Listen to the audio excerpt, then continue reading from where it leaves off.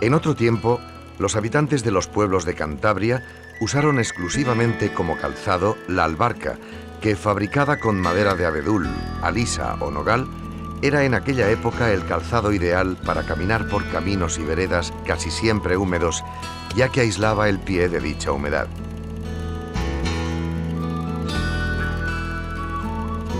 El trabajo del albarquero no constituía generalmente por sí solo una ocupación, más bien se compaginaba con la ganadería, actividad principal de los oriundos de estas tierras que aprovechaban los periodos de menor actividad de esta para conseguir una ayuda en su autárquica economía.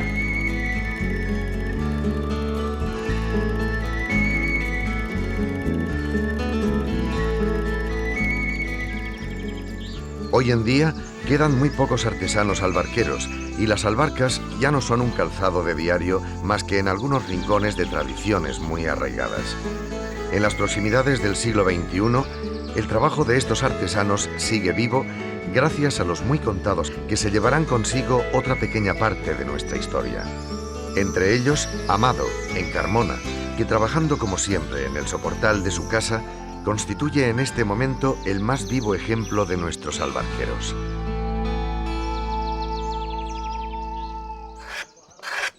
Yo era un chaval que tendría 8 o 10 años, iba a la escuela y los demás por la tarde pues iban a correr por ahí.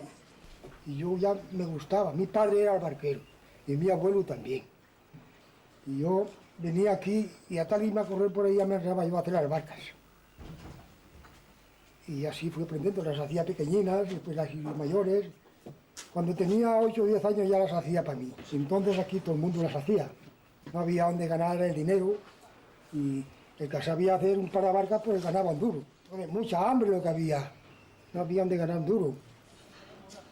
Y los hombres, los padres que tenían familias, pues iban a hacer las albarcas a los montes. Luego las traían y aquí en casa las terminaban. Después que las terminaban a salir a venderlas, vendían todas. Y eran muchos albarqueros los que las hacían y salían a venderlas por los pueblos, con burros o a cuesta, a un saco de albarcas de 30 o 40 pares y a venderlas por los pueblos.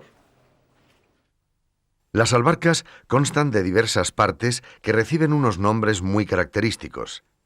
El pico, la punta de la albarca. La capilla, que se correspondería con el empeine del pie. La casa, el interior de la albarca o hueco que acoge el pie. El calcañar o parte trasera. El papo, la parte inferior. El pie de la albarca que la eleva del suelo. Y el tarugo, taco que se incrusta debajo y que es sustituido cuando se desgasta. El proceso de fabricación de una albarca comienza con la elección del árbol y su corte transversal en diversos rollos o cilindros llamados tajos, cuya longitud dependerá de las necesidades del momento. Una vez elegido el tajo, se comienza a devastar con el hacha. Esta operación requiere una gran habilidad, ya que con ella se da una primera forma exterior con la cantidad de madera y el volumen necesario para realizar el modelo elegido y de la que dependerá todo el proceso de fabricación posterior. En la forma que poco a poco va tomando el tajo, se vislumbran ya las partes elementales de la albarca, como son el pico, la capilla, la casa y el calcañar.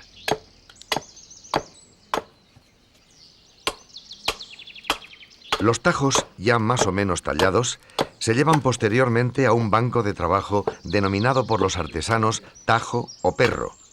Sobre él se acaba el trabajo de devastado, a hacha, y se comienza a definir con mayor precisión la forma final de la albarca. Para ello se utiliza una azuela especial de 2 filos. Con el filo ancho se va rebajando la madera sobrante del exterior y se empiezan a perfilar los pies de las piezas.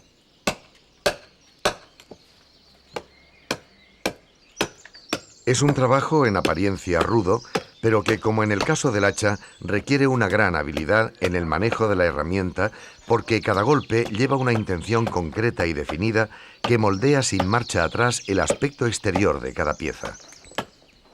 En esta parte del proceso se comienza también a abrir y rebajar el hueco de la casa.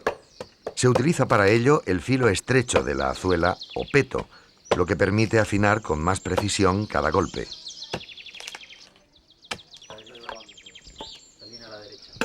Se van silueteando poco a poco los pies definidos anteriormente de una forma más ruda. Ahora el artesano los va retocando con mayor delicadeza, al igual que la forma exterior que matiza y redondea, puliendo con destreza las aristas que antes habían quedado. Una vez concluida esa fase inicial, donde da una primera forma a la albarca, el artesano coloca la pieza en el potro, un tronco con una muesca donde se encaja y sujeta, mediante cuñas laterales, la albarca que va a ser trabajada. En el potro se realiza la tarea de jorocar o ahollar, nombres que recibe la acción de vaciar el interior de la casa, abierto ya el agujero con el peto de la azuela.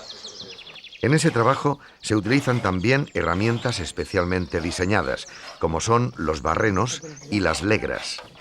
Con barrenos de 3 calibres distintos se va barrenando y agujereando la madera hasta conseguir rebajar suficientemente las paredes de la casa. Una y otra vez se introduce la herramienta y con fuerza se empuja y gira hasta que poco a poco se deja espacio suficiente para la introducción de la legra. Esta herramienta, construida normalmente en hierro forjado, es una especie de cuchilla en forma de gancho con doble filo. Con ella se rebaja con precisión todo el interior, donde irá el pie, a la vez que se allana y se eliminan las irregularidades dejadas por la azuela y los barrenos. También sirve para repasar una y otra vez el interior de la casa, tanto las paredes laterales como la inferior a la capilla y la posterior del calcañar. De vez en cuando se mide con la vara y se hacen sucesivas pruebas hasta conseguir el tamaño adecuado, es decir, el que se corresponde con el número de pie deseado. Una vez acabada la casa, se saca la albarca del potro, quitando la presión de la cuña, y se deja secar la madera unos 15 o 20 días. Tras ese tiempo, vuelve el artesano al banco y, utilizando la rasoria o resoria, comienza a raspar y afinar la superficie exterior de la pieza. La resoria es una cuchilla alargada, hecha también normalmente en hierro forjado, que tiene 2 mangos, uno en cada extremo. Sujetándola cómodamente desde ambos, el albarquero repasa todo el contorno, primero con una grande y luego con una más pequeña, hasta conseguir una superficie lo más pulida posible. Posteriormente, acaba también de dar forma a los pies, donde van a ir incrustados los tarugos. Con un cuchillo afilado va esculpiendo la forma definitiva de estos.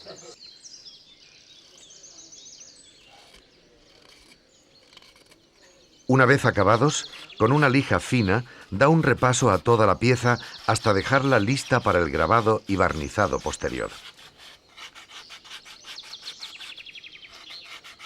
El grabado de la capilla es uno de los trabajos más delicados de todo el proceso de fabricación de una albarca. Para su ejecución, el artesano utiliza tanto los cuchillos antes mencionados como la gubia, dependiendo del dibujo y la forma definitiva que quiera dar a la pieza. Sin dibujo ni boceto previo, de forma intuitiva y tan segura como precisa, el albarquero va grabando el exterior de la albarca, comenzando por la parte anterior.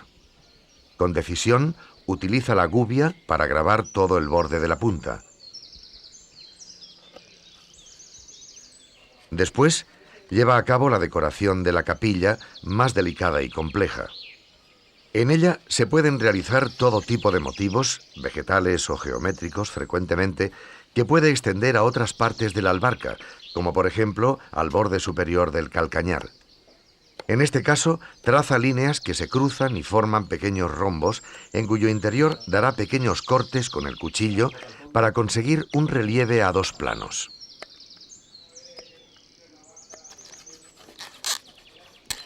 Antes de barnizar, coloca los tarugos. Para ello, barrena la parte inferior de los pies de la albarca y luego los introduce a presión.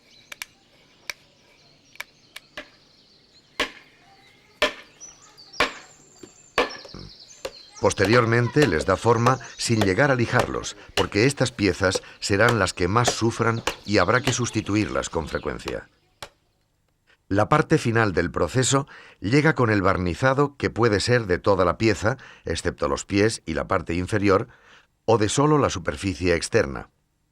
Aquí influye mucho el gusto personal del futuro propietario de las albarcas, así como el del artesano que las fabrica. En la actualidad se usan barnices industriales para realzar las vetas e impermeabilizar la madera.